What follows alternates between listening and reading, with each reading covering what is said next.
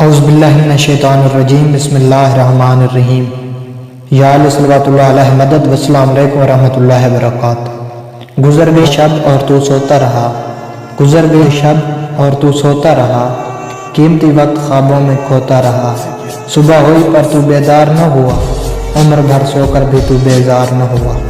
تو آج کا ہمارا موضوع ہے کہ نماز شب کی فضیلت قرآن اور روایات کی روشنی میں۔ تو رب جلیل نے اپنی کتاب میں ارشاد فرمایا وَمِنَ اللَّيْلِ فَسَبِّحْهُ وَإِدْبَارَ النُّجُومِ۔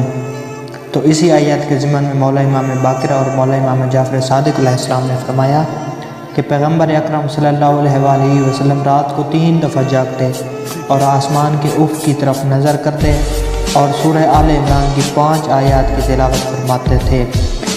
اور اس کے بعد نماز شب شروع کرتے۔ اس کے علاوہ مولا امام جعفر صادق علیہ السلام نے فرمایا کہ نماز شب چہرے کو حسن بخشتی ہے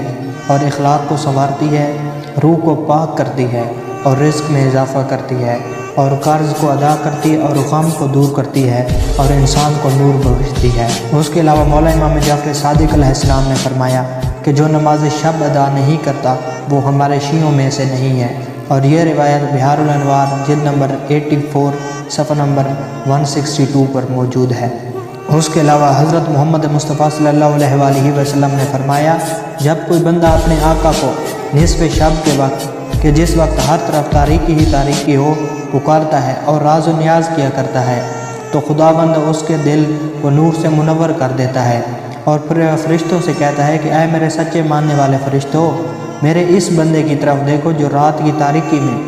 میری عبادت میں مشغول ہے، حالانکہ مجھے نہ ماننے والے لوگ کھیل و کود میں مصروف اور میرے ماننے والے غافل خواب غفلت میں غرق ہیں، لہٰذا تم گواہ رہو کہ میں نے اس کے تمام گناہ کو معاف کر دیا ہے۔ اور یہ روایت بہار الانوار جلد نمبر 84 صفحہ نمبر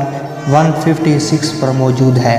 اس کے علاوہ مولا امام جعفر صادق علیہ السلام نے فرمایا مومن کی شرافت کا معیار نماز شب ہے اور اس کی عظمت و بڑھائی یہ ہے کہ وہ دوسروں کو اذیت اور آزار نہ دے۔ اس کے علاوہ مولا امیر المومنین علی ابن ابی طالب علیہ السلام نے فرمایا نماز شب بدن کو صحت بخشتی ہے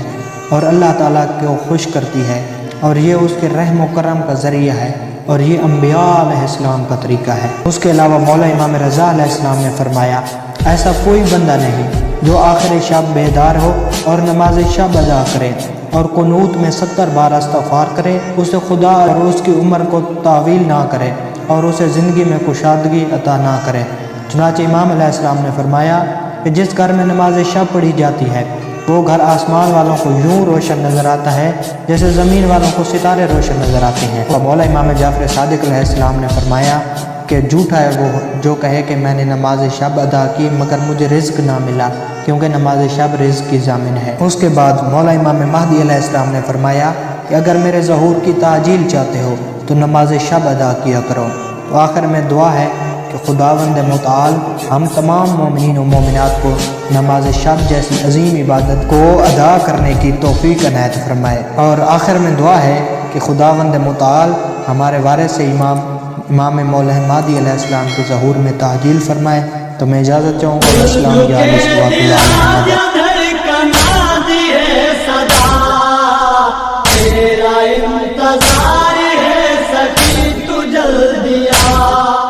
ہر ایک شہید دے لہو دیے یہاں دعا، تیرا انتظار ہے سخی تو جلدی آ۔